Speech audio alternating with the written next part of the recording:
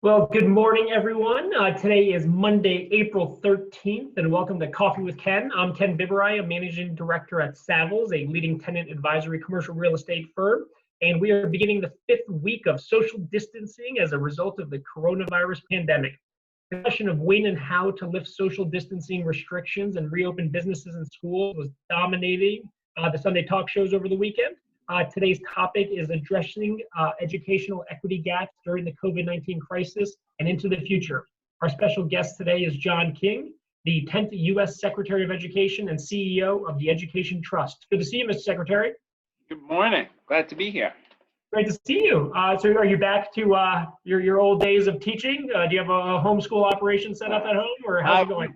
We do. My girls are 13 and 16, so they're pretty self-sufficient. But you know, there's some reminders that are needed sometimes. Oh my gosh, every once in a while, right?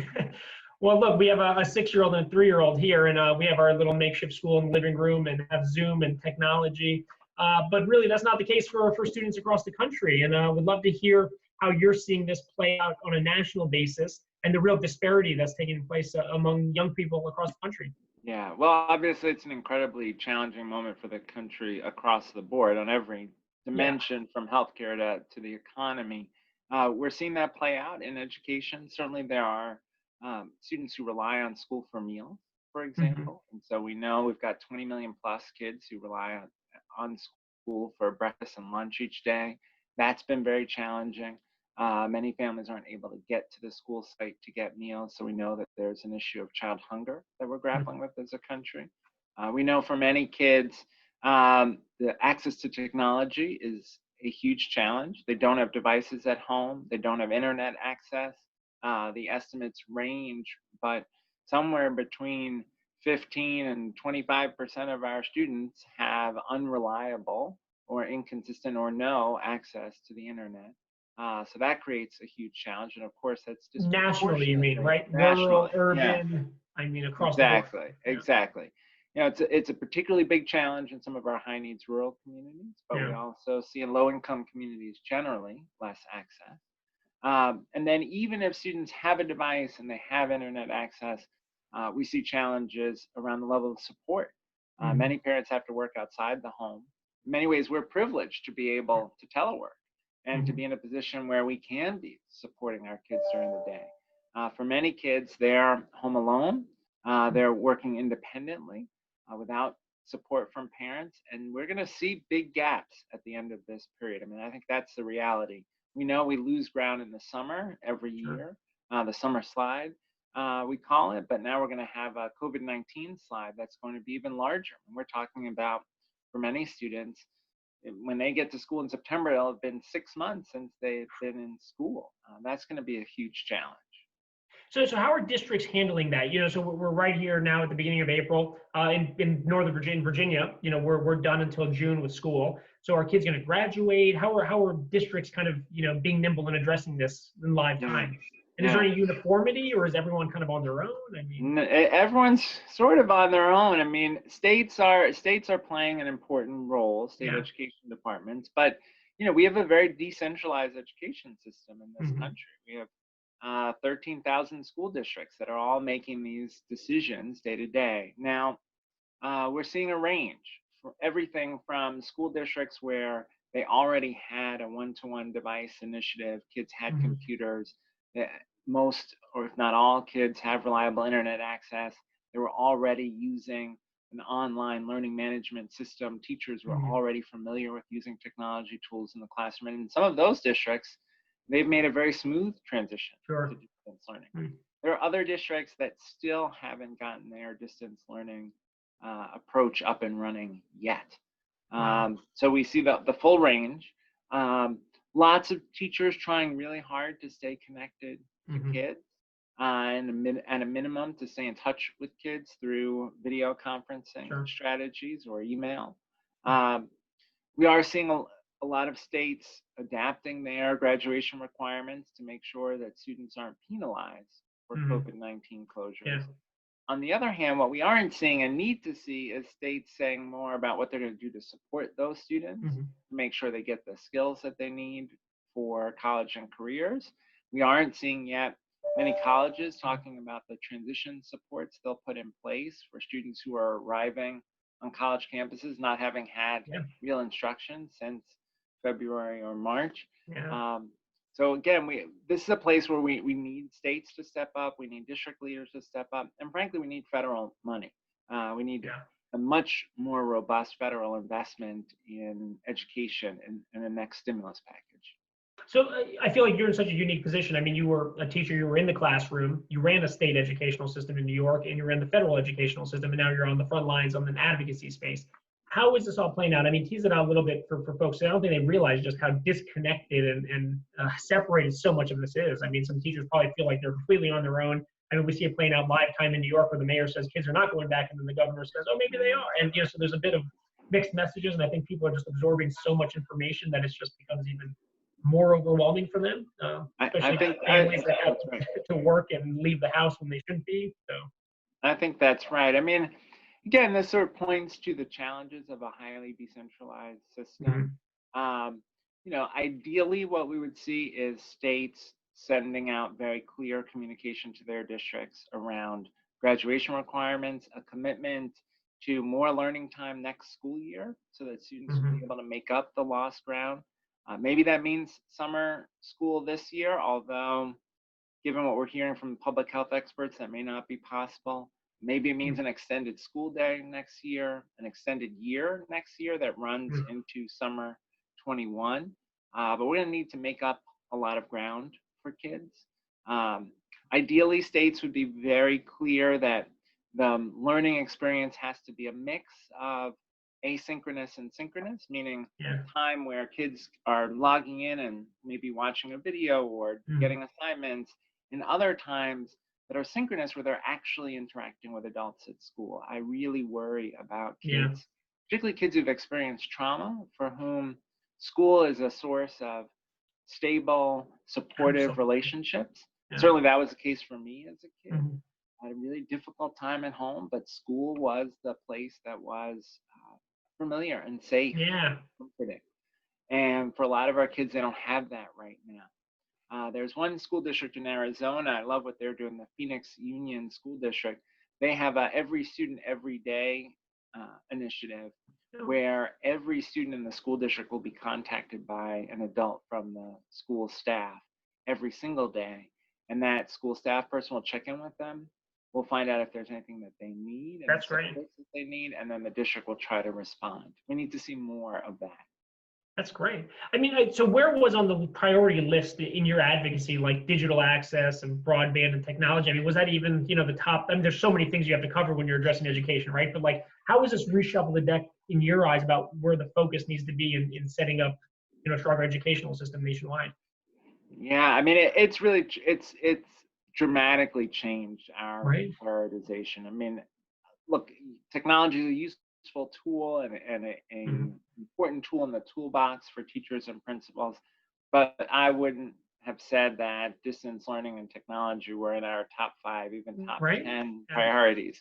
But now that's what we're doing as a country, and so we've pivoted quickly, both to build our own expertise and to help inform our civil rights partners on the ground in states about what they should be asking for from their states and districts. So the relief, I don't even want to call it a stimulus, right? Like this large relief package, $2 trillion. There's talks now, obviously, on the Hill to do more for small businesses, more for hospitals. I feel like I don't hear enough about dollars for education and how and where those dollars should be deployed. Obviously, part of your work at the Education Trust is on the advocacy, lobbying, kind of, government affairs side. Are there enough dollars coming in that, maybe we're not seeing?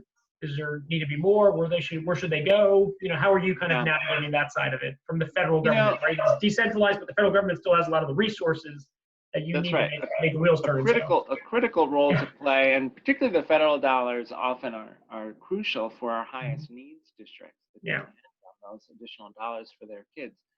So in the third stimulus package, $2.2 trillion, about $30.75 billion of that was for education. about Okay. half for K-12, half for higher ed. That will be helpful. Those dollars are supposed to support things like technology and hotspots and getting schools cleaned and supporting professional development that would support distance learning right now. So those dollars will be helpful. But as we know, the economic crisis is going to create a huge hole in state budgets.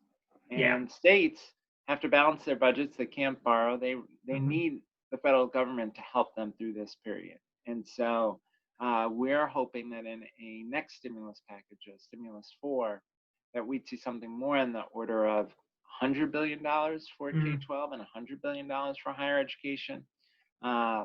We know states are going to make big cuts if they don't get additional federal assistance, and those cuts will mean teacher layoffs. They'll mean tuition increases in public higher education. The reality is, in many states, we still are at spending levels that haven't fully recovered from the 2008 financial crisis.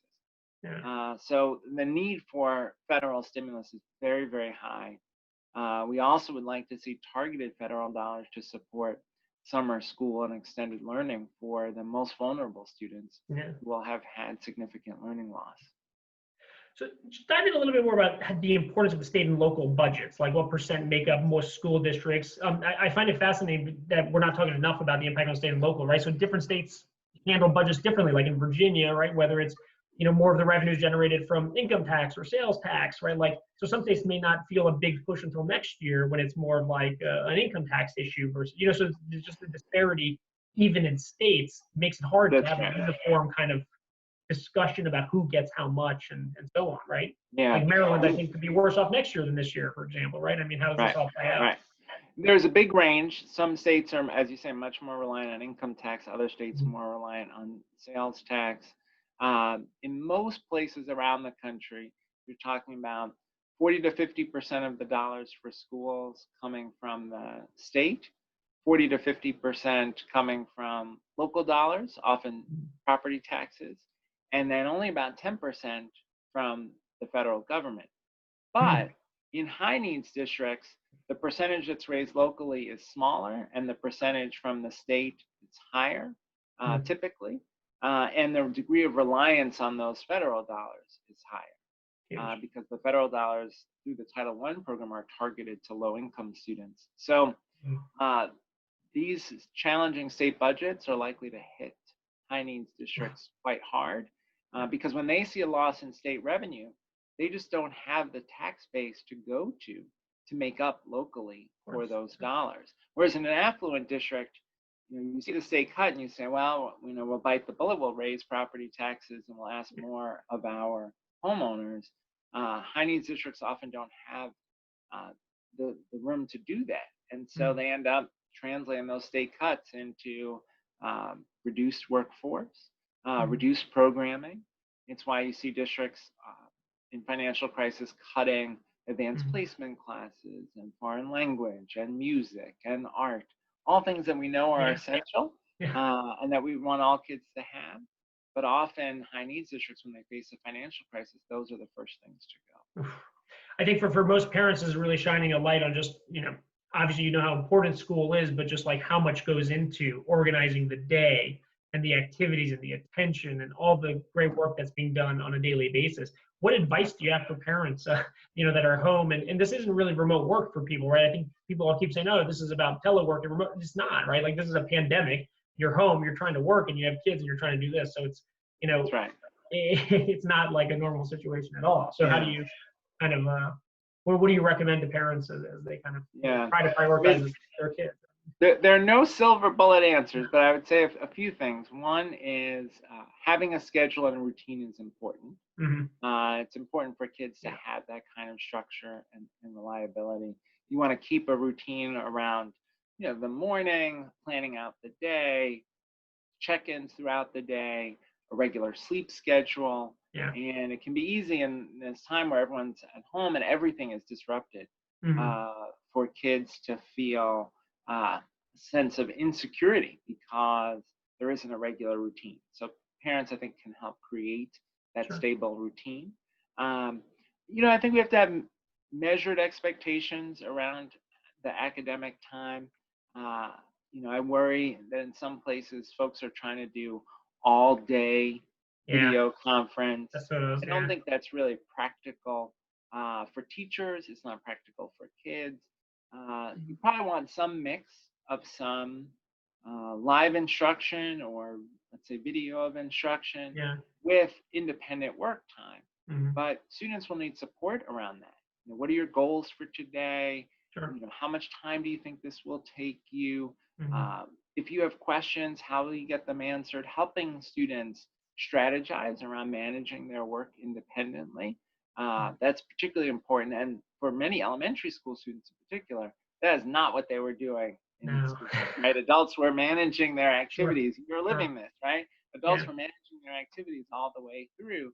Now Completely. they've got to learn a degree of independence and self-management that may be unfamiliar. And Yeah. so parents really need to provide support around that. Hmm. And then to make sure that you protect what we call with our girls creative time. Yeah. But make sure that you're not just doing the academics. Kids need time for, um, creative activities that aren't technology reliant, whether Hmm. that's art or music, Yeah. or even producing a video or a film, something that is a Yeah. creative exercise for them, or baking. My 13-year-old loves to Yeah. bake. So that's a win-win for Right. everybody. Yeah. Yeah. Um, right? So creative time is important, and then some physical activity. Yeah. We have to physically distance, but Mhm.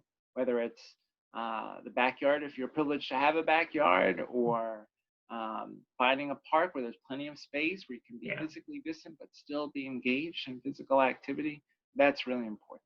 It's incredible. I want to remind everyone listening in that we have a chat function at the bottom of the screen. If you have questions for the secretary, we take them live time, so feel free to jump in.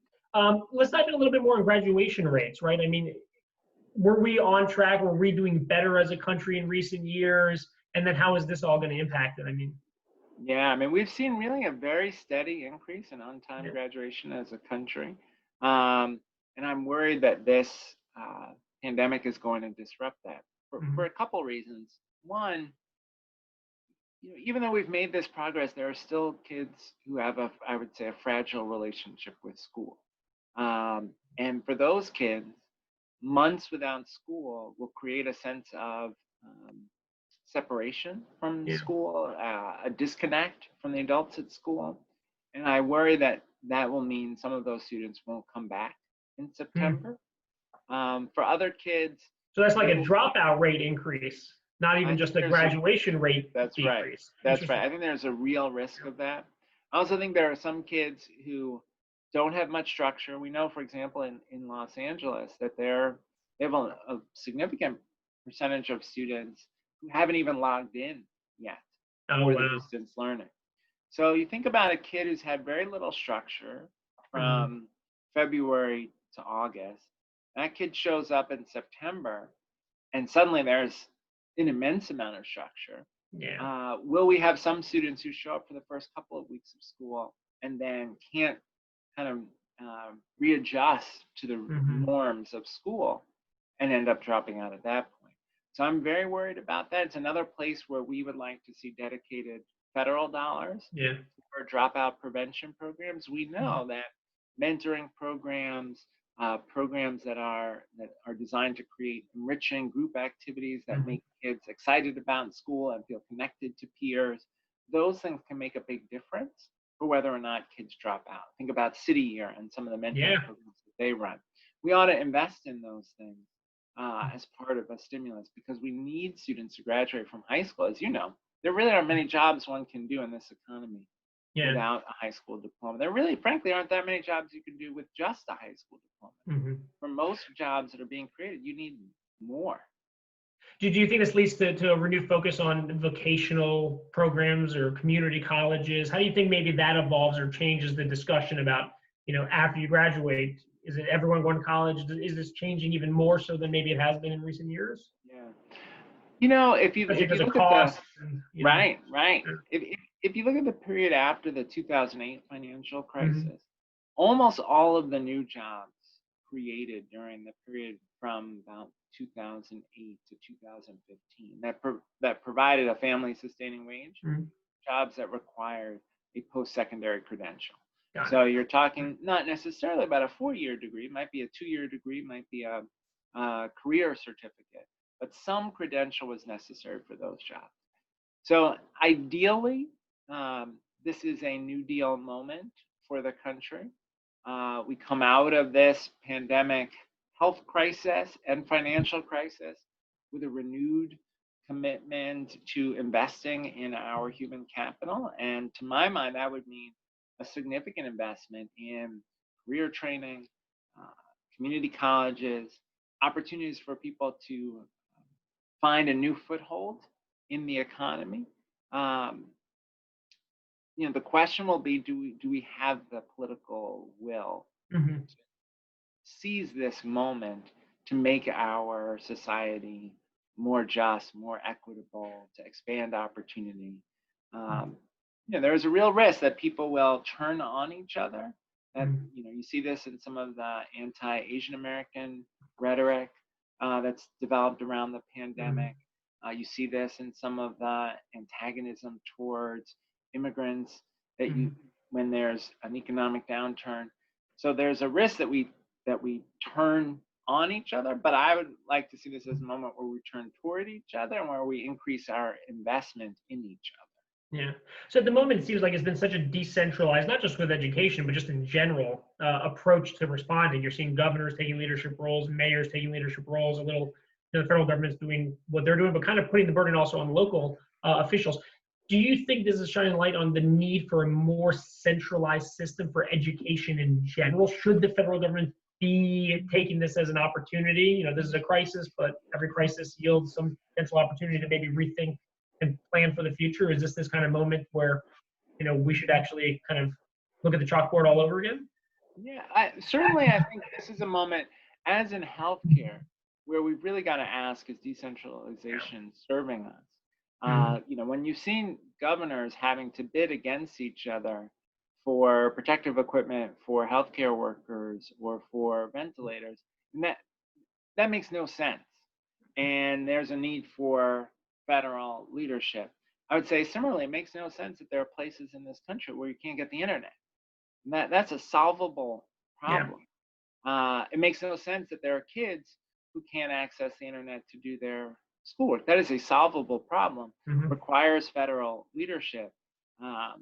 We'd like to see in the next stimulus dedicated dollars for the FCC to take on this issue of ensuring all kids have access to the internet for distance learning. So there are places where national leadership can be the difference between a coherent response and an incoherent response. Interesting. And we're seeing that in healthcare just as we see it in education. Nice. We have a question here from David Naman. He would like to know, what do you think is the most efficient and realistic way to get computers into homes of kids who do not have them? Well, what some school districts did was right at the start of this, they did device distribution. Some cases, tablets, Chromebooks, laptops, but they were very intentional about getting devices to every kid. Now the challenge is we have lots of school districts looking to get more devices, and we have some supply chain challenges there. But it really is a question of districts surveying their parents, understanding what devices kids have access to, and really being thoughtful about what is the true need. So one of the things we're seeing is some districts ask, do you have a computer in the home? As a survey question of parents, which is actually quite different than, do you have a computer at home that each child can use to do their schoolwork, right? Because if you have a computer at home and 4 kids, well, that's not really an opportunity for every kid to get their work done on that computer. So asking the question in a way that gives you a clear sense of the real need, and then responding with devices. Certainly these stimulus $3 can be helpful in that. This is such a depressing, crazy, emotional time. In a lot of these coffee talks, what we're trying to do is also provide some silver lining. Are there any positive things that you can see emerging out of this, whether, it's with parents, trying to lead the charge at home, or states and local governments working closer together, or the federal government coming in? Is there a silver lining that may emerge from this, or even a heightened acute awareness about the actual disparity and inequity in the system, and just these bigger problems? Yeah. Man, so a few things. I think from Try to be a little positive, right? We want to, yeah.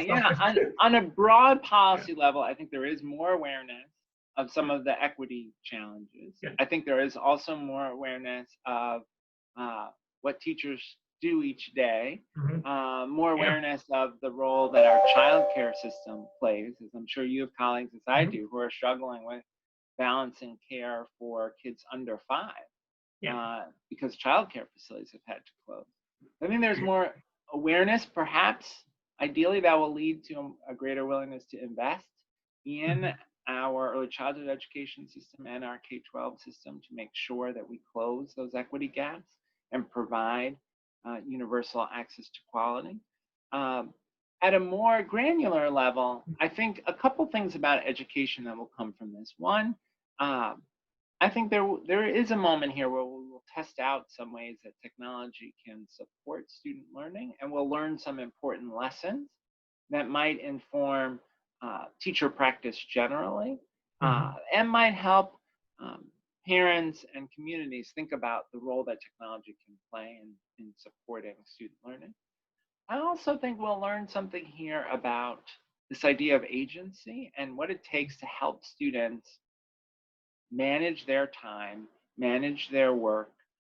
We probably could be doing a better job of that in many schools, helping kids develop those kinds of habits that will serve them well in college and careers. That sense of agency where if something's hard, you need to ask somebody for help, and knowing how to ask for help and knowing how to take assistance from someone else. That's actually a skill. And we'll get some time practicing those skills. And then I'm sure you feel this, I travel a ton usually for work. It's probably the longest period of time that our family has had together.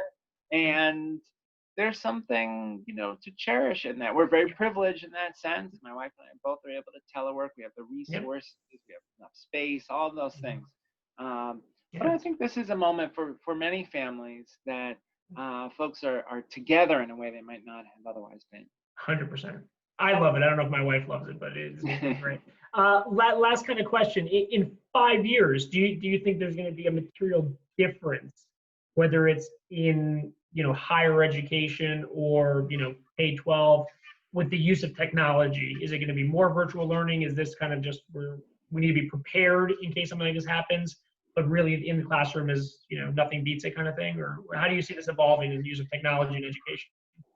Yeah, I think we'll see more use of technology, perhaps to create opportunities that wouldn't otherwise be available. You think about the student in a high needs rural district, maybe they only have one foreign language taught in their school, but they want to learn another. Now there's a higher comfort level, perhaps, with using technology to take that Chinese class, or to take that French class that they otherwise wouldn't have. I think you'll see in higher ed also an expanded use of technology for learning. We've already seen a lot of growth in people doing college online. I think you'll see more of that, and a broader cross-section of universities offering online courses. Kind of in the early days, you had a lot of for-profit startup companies offering online. Now, almost every college and university in the country has gone to online. I think you'll see more online offerings. But in all of that, we have to protect the relationship between teachers and students, between professors and students. That really, the core of education is that relationship and the work in which they're engaged. And we can't lose sight of that. Even as we use technology, we've got to figure out ways to make sure that we cultivate those strong relationships. They don't have to be physically in person, but they have to be real and meaningful relationships. Do you think this impacts the class sizes and that kind of thing? you know, in a more broad, like we're thinking about it from an office perspective, like people coming back to work and the density of offices and all these kinds of things, like school density. I mean, really. Right, right. Well, I think one thing that will be interesting to see is will people choose to do more teleworking as a country, and will we see, certainly in the higher ed sector, more offerings where higher ed is partnering with business to provide online professional development opportunities for a workforce that is not physically housed in a single space. And that will create challenges. I mean, that's a real realignment of our economy. And we'll have to see how that plays in. Excellent. Well, look, thank you so much for your time today and then being here. We really appreciate it. It's always great to see you and talk with you. Our next Coffee with Ken is going to be this Thursday, April 16th. We'll be joined by David Clooney, who's the Executive Director of the Black Economic Alliance. So in the words of Andrew Cuomo, stay home, stop the spread, save lives. Thank you, Mr. Secretary. Thank you so much. Have a good one. Appreciate it. Thanks, everyone.